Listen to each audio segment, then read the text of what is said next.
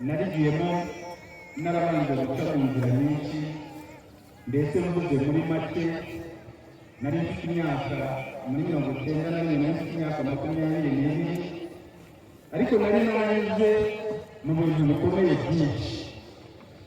Hari abantu b'ibyigomeke bari barishyize hamwe bahimba itsinda rikomeye ariko ry'ibyigomeke. Abo bantu biyita abameni. Abameni babaga ari abantu b'ibyigomeke nyine batagira icyo batinya, bakora ibintu byose bibi, cyane cyane yewe ibyo nari nzwiho ni ukurwana no gusinda. Umuntu warwanaga turi kumwe yabaga azi ko turi bukore intambara ihambaye. Ibyo nabimazemo iminsi, ariko umubyeyi wabyaye mama aza kumbwira kuko hari abantu bajya gusenga bakaba bari mu ikoraniro, mukaba mwarabyawe n'abakristu, nk'ubu wongeye kuzakura. Ibyo bintu nkajya mpora mbyibaza, ariko ngeze aho nza gutekereza rya jambo yambwiye, hanyuma ndagenda njya mu ikoraniro. Ubwo ni uko byagenze, natangiye ikoraniro, za ngeso mbi zivamo, nanywaga n'amatabi n'ibindi, ariko byose ndabireka, n'ubusinzi no kurwana n'ibindi nk'ibyo ngibyo, ntangira kujya mu ikoraniro. Iryo koraniro rero niryo ryavuyemo abantu basenze, bakoze isengesho kuri uyu munsi ubaye n'iri tariki. Ubwo ni uko nyine uwari umumeni abahindutse umukarismatike.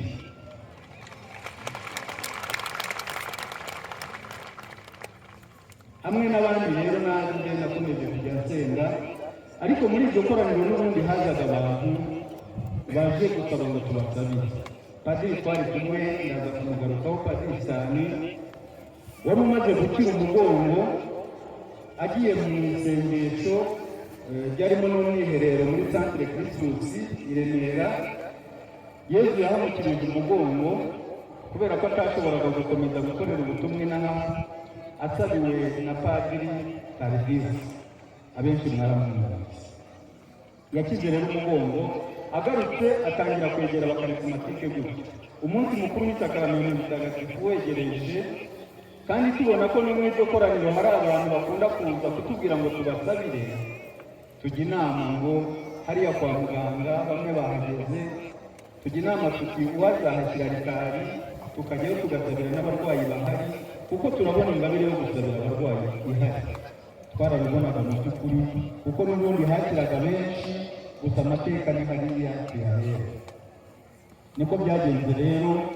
Ku munsi w'umutambagiro turagenda turapfukama turasenga nk'uko bisanzwe bigenda, ariko hiyongeraho isengesho ryo gusabira abarwayi, hanyuma Yezu akiza abarwayi benshi.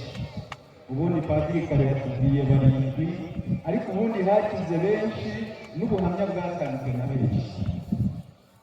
Bamwe bari mu bitaro rero bahita bakira n'indwara bari barwaye, harimo abari bafite za randevu zo kujya kubagwa kuko hari muri Centre de Santé, abandi bafite za randevu zo kuri hopitali, ariko ugiye bajya mu guca mu cyuma kugira ngo bakorerwe kontrole basanga barakize, nuko batangira gukanguka.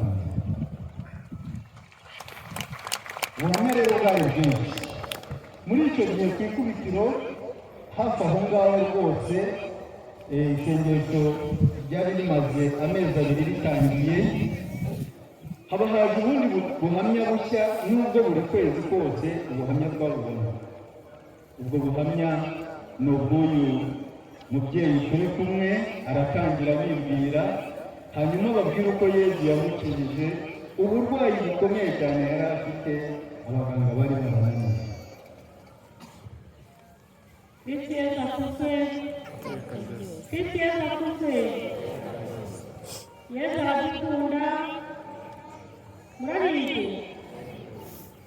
Reka mbabwire rero ubwenge nawe na Yesu, umwana w'umwangavu, umurenge ngeze n'akagano tubanze byinshi, ariko ngiye kubaha ubuhamya bwa mbere yuko ngana gutya.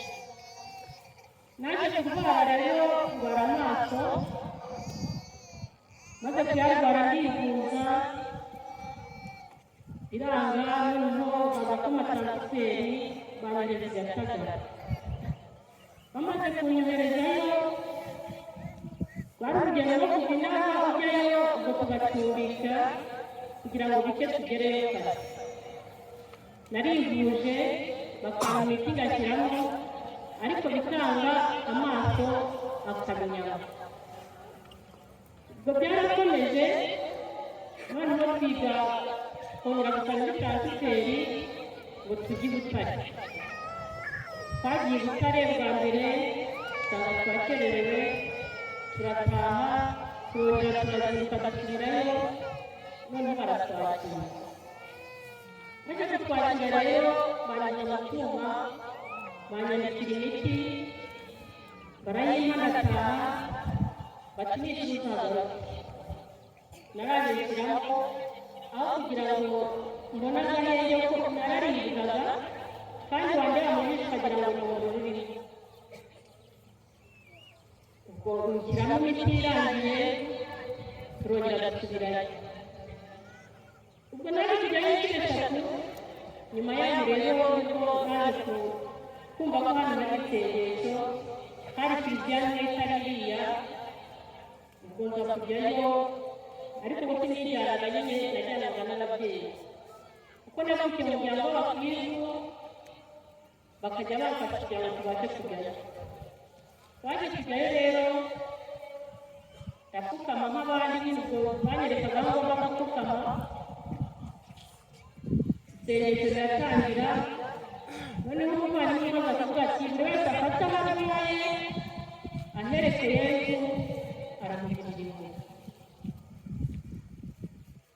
Kandi noneho bakatubwira ati mumurangamire nawe barebe arumva icyo mukeneye akibagirire. Nanjye rero ndavuga nti nubwo ntarumva Yesu ndebere aho nabasha kwireba.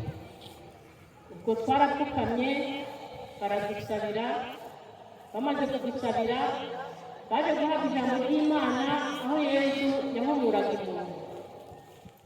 Numvise mfite ibineza neza mu mutima, numva umubiri wanjye uvuyeho ikindi kintu, hari mu undi mubiri mushyashya.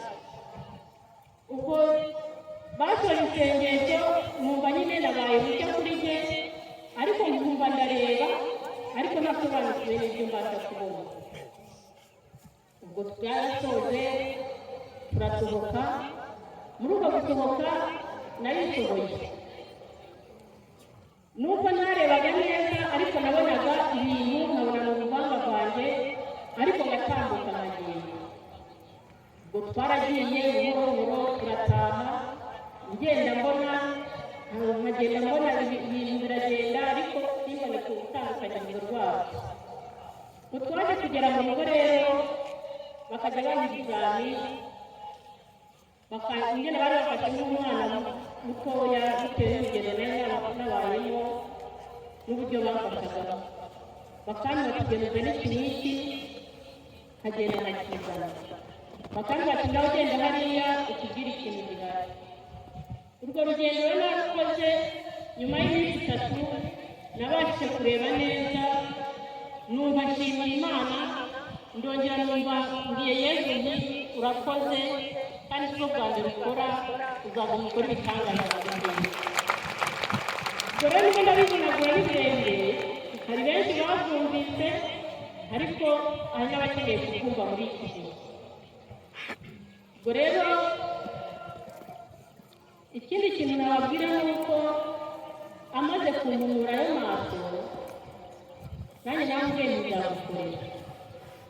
Nanjye umutima wanjye nawo waramuhumuye, nanjye ngomba kutubera umuhamya imbere y'imbaga ya benshi.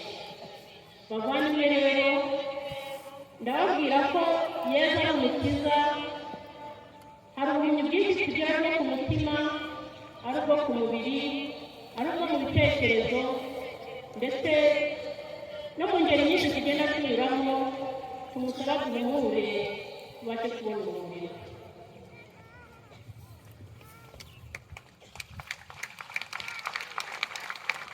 nk'uko mumaze kubyumva Specioza yari impumyi arabona aza atanga ubuhamya. Nari ngiye kumubaza ngo ka karirimbo waririmba igihe watangaga ubuhamya kavuga ngo hari n'umwana w'unyibukije ngo ntabwo bavuze izina ryanjye, nitwa Mukanyirira Specioza. Iyo ndirimbo rero naririmbye niyo Roho Mutagatifu yampaye. Yesu aradukunda we, Yesu aradukunda, yamoye amaso we, none ndareba. Haleluya, haleluya,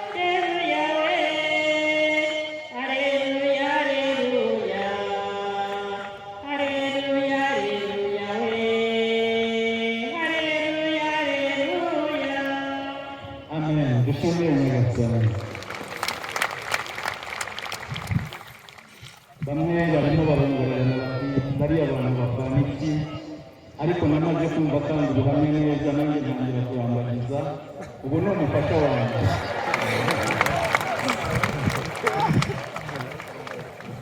Umuntu utanga ubuhamya neza nawe utamurambagiza, nuko byagenze. Bavandimwe rero, Yesu ashobora byose yagiye byerekana. Abenshi mwabitangiye ubuhamya, abandi murabibona. Ndagira ngo nihuse Laurence nawe atubwire uko yamubonye.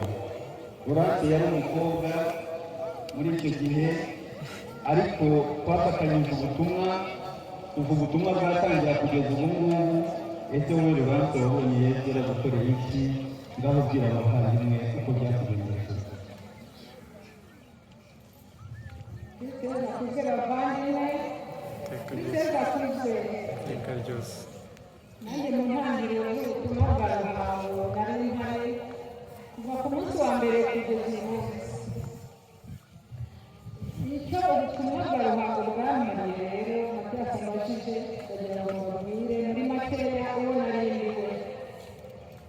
Nari umwana w'umukobwa w'umukristo, nanjye nigiye mu bakarisimatike uko bisanzwe. Uko ikoraniro rigenda ryigira imbere ingabire zikabera abarwayi bakuru. Njyewe rero nakuriye mu ikoraniro, mba muri kiliziya, mba hafi y'abapadiri, imyaka iragenda iriyongera. Nza kubona ko nkeneye umuhamagaro. Ntegereje umuhamagaro ndawubura. Ndasenga, ndavuga amarozari, ndavuga amanoveni, mbura umuhamagaro. Mu by'ukuri ntabwo nari nariyeguriye Imana nziza. Numvaga nshaka kubaka urugo, nkabyara ngaheka, nkabyara kiliziya. Ibyo rero ntabwo nabibonye. Igihe kimwe rero nakundaga gukomezwa n'ibitangaza nabonaga. Igitangaza cyankomeje cya mbere ni icyo kuri iyi tariki ya kabiri. Igihe kimwe bazanye umurwayi mu ngobyi wahorotse, bamaze kumwandikira taransiferi agiye kubagwa arwaye indwara y'igifu. Ubwo nari imbere iruhande rwa padiri, nanjye ntibasabiraga abarwayi. Natunguwe n'uko Yesu mu isakaramentu mu Eucharistia yakijije uwo mwanya ndeba, nanjye nongera kwiyongera mu imbaraga.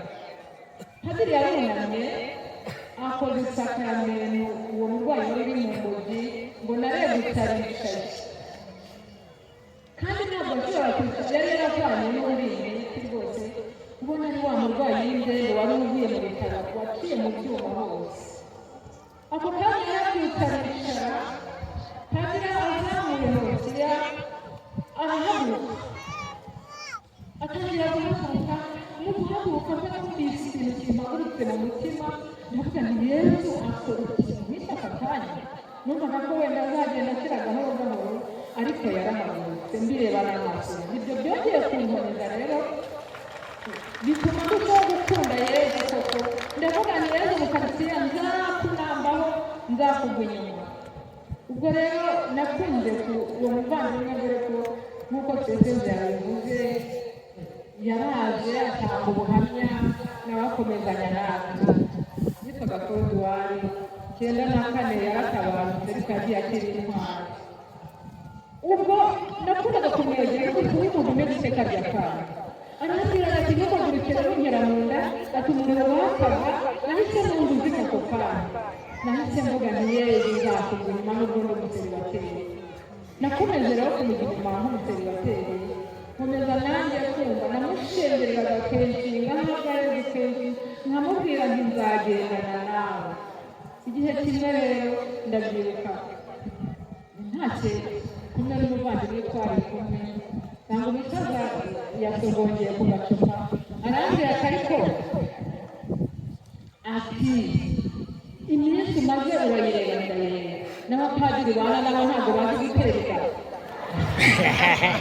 ndababwira ni abana b'Imana ntabwo bazi arambwira ati nabo batazi gutereka ati ariko komeza ugende ubane nabo ukomeze muri kiliziya ukuru simbikoze aleluya anyegurira Yesu mu bintu atarazi nanjye nabwiraga Yesu yumvise ko papa yakumpaye nakomeje kumugenda inyuma rero igihe kimwe rero naje kubona koko ari ngombwa ko ngomba gukorera Yesu nanjye ndi umubyeyi nk'abandi mbibwira abavandimwe twari kumwe n'aba turi kumwe hari n'abandi batari hano ndabaganiriza mbabwira igikomere mfite baransabira bandamburaho ibiganza imbere y'isakaramento nanjye nakiri imbere y'isakaramento twari kumwe n'umusaseredoti azana utuzanshyira ku mutwe arasenga ariko numva hari ikintu kivuye muri jewe cya kindi cyo gushidikanya bitari numva ububasha bwa Yesu nanjye kuko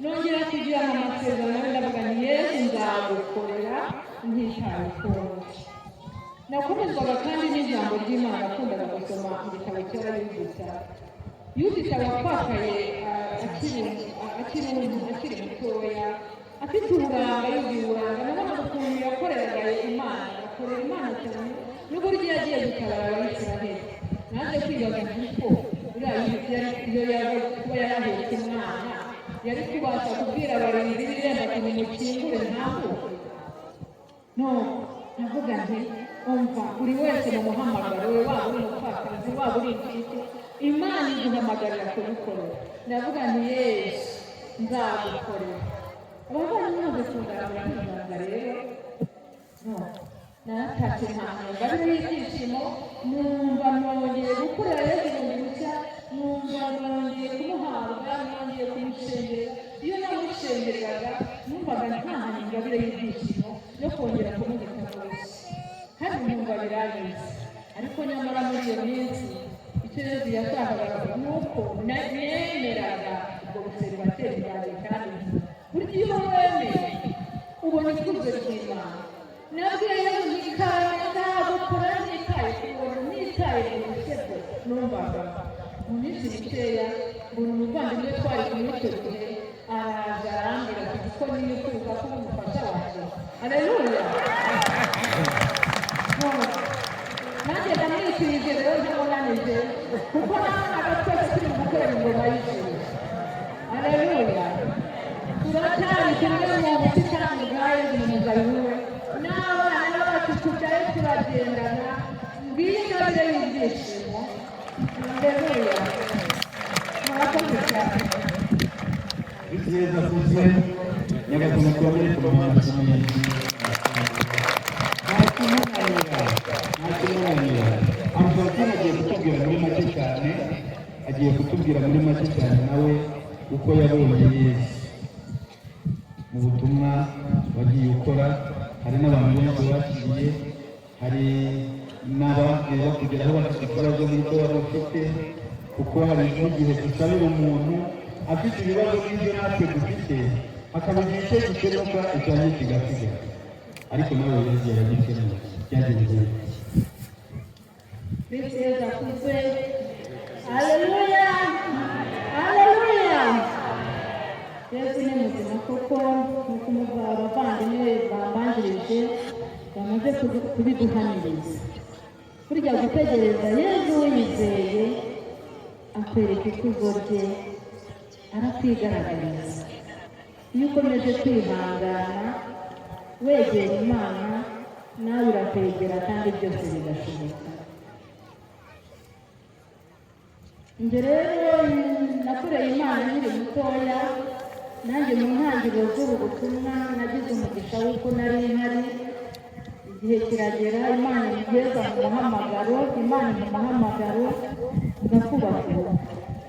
Inyota ya mbere ku bashakanye rero ni ukubona umwana.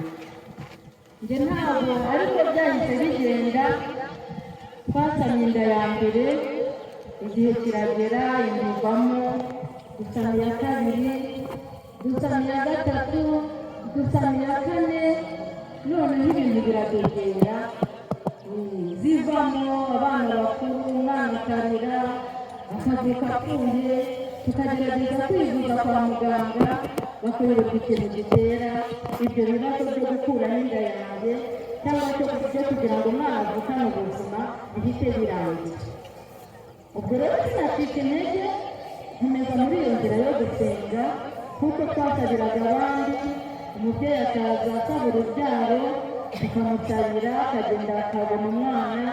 Abakoraga n'inda bakaza tukabasabira, bakagenda mu gihe cy'ugutaha bakaza bahetse abana. Nanjye nkavuga nti nyagasani, nzi ko igihe cyanjye kizagera. Ubwo rero nabashije no gukomera kuri Yesu n'abavandimwe badusabira, nkajya mbwira Imana nti nzagusingiza ubwo nzaheka umwana nta mukuru watwinjiriye mu nzu, watugereye mu rugo. Ubwo rero umva byari bikomeye, indi ibaye iya kane, ibaye iya gatanu, mu miryango bitangira kutumvikana, mu nshuti n'abavandimwe inama zikaba nyinshi, ariko turanga dukomera ku Mana. Iyo nageraga kuri centre de santé rero Nyinaha, nagera kuri centre de santé bagahita bampa transfert, nkagenda kuri hopitali Kabgayi, bikarangira binaniranye, nkamanuka ubusa, nari nagiye niteguye umwana. Ubwo rero ndabyibuka ku nda ya gatanu, kuko abana bavugaga ari bakuru bo baraduhaga tukajya kubashyingura, ku buryo twabonaga munsi y'urugo twibaza ubu utaha tuzamukira hehe. Bigeze aho naturaga isengesho mbwira Nyagasani nti Yesu nyir'impuhwe, ububabare bwanjye ngira indivamo, mbyara umwana ntabeho, nibura kimukoresha uhoza abandi babyeyi bakeneye umwana, ububabare bwanjye budakwiye. Kuko niko byagenze, kandi Imana ikajya inkomeza. Ubwo rero kugeza ubwo numvise mfite igikomere kuri Kabgayi, kuko igihe cyose banjyanagayo namanukiraga. Kumva Kabgayi ifitanye ikibazo nayo, kumva sinshaka no kureba inzira yayo, nkumva nta cyiza nigeze nkurayo, nagiyeyo. Bavandimwe rero iyo umuntu ari mu bigeragezo nk'ibyo, niyo usenga umwanzi ntabura kukwegera, kandi ntitubura kugira intege nkeya, ugasanga natwe turarwana urugamba, ariko Yesu akatubana hafi. Ubwo rero inda ya gatandatu niyo yavuyemo, ndibuka yari amezi 8, umwana yararira birarangiye. Nuko dukomeza urwo rugamba rwo gusenga, numva ko nta handi nzabonera igisubizo ari mu Mana. Igihe cyarageze rero, ubwo twazaga gusenga turi mu gushengerera, abavandimwe baturambirira n'ibiganza, baradusabira, turi imbere y'isakaramento ritagatifu, duhabwa ijambo ry'Imana ryiza ryo muri Migani, Imana idusezeranya umwana. Kuko niko byagenze, mu mwaka wakurikiyeho nari mpetse umwana.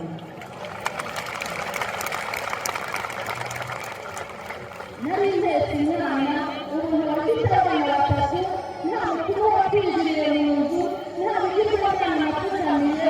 Ubwo tukimara kubyara, ahantu henshi bagiye basingiza Imana, batabigenza inahetse umwana, kandi ngo gihe barabyara abantu bose ndetse bagasingiza Imana. Ndetse hari n'umubyeyi wigeze ko ubuhamya utuye ku musozi wacu, ati ndetse niba nari mfite narabuze urubyaro, nabonye ukuntu mwakomeye muhamahama, nanjye bintera kwihangana, nari ntangiye gucika intege, komera ku Mana, nawe nyuma yaje kubona urubyaro. Kristo Yesu akoze. Yesu rero ni ubuzima bavandimwe, babyeyi mubyara mupfusha n'umuhumuro, babyeyi mwabuze urubyaro n'umuhumuro, abatangiye gutwika intege bakajya hirya no hino n'imugaruke, yezu arashoboye nta kimunanira, mutegereze Imana ifite igihe cyayo ku buzima bwawe. Haleluya. Amen. Umwana wese tumushimire Yezu yarakoze. Yezu ushobora kuba kwibaza ikibazo umuntu ashobora kwibaza ko bahoraga bapfukama imbere ya Yezu, ko basengaga ni ukubera iki bahuraga na biriya bigeragezo. Hanyuma ahantu hamwe hari hashushanyije isaha hariho n'inshinge zayo, hanyuma umuntu arandika iruhande rwayo ngo ntugire ngo ntabyumva n'isaha itaragera. Isaha iragera Yezu akagutabara, ntugire ngo byararangiye. Reka rero dusoze dushimira kuri uyu munsi mukuru wumvikana izihije imyaka 33. Reka dusoze dushimira abantu bose bagize uruhare kugira ngo ubu butumwa bushoboke. Padiri mukuru mwadusomeye misa, nagira ngo ndabizi neza ko dushobora kuvugisha Padiri cyane, ni umutubwirira ko tumushimira cyane, mufashe tumushimire. Padiri cyane ni umupadiri woroshye cyane kugira ngo imirabire ishoboke. Yemera gukorana n'abana twari batoya turi abarayiki, akaba ubusi ku buryo bwose, ku buryo hari n'aho yagezaga akatubwira ati ibintu tukamamaza, kandi akavuga ati bana banjye iyo mutabishimira kidogo, tugakorana urugendo tugafatanya byose. Ubwo nshimiye n'abapadiri b'abaporote kubera ko yari afite n'abamuyobora, mwese nyagasani azabakomereze imigisha ye kugeza n'uyu munsi mukiri mu mujishi. Nyagasani abatsindirize, mufashe tubashimire. Ntabwo nareka gushimira diyoseze ya Kabgayi yakiriye neza ubutumwa bwa rubanda. Birumvikana habanje kuba kubyibaza, ese koko barwayi barakira, ese bariya bana ese bavuga n'iki, ese Padiri cyane aba yabishishojeho.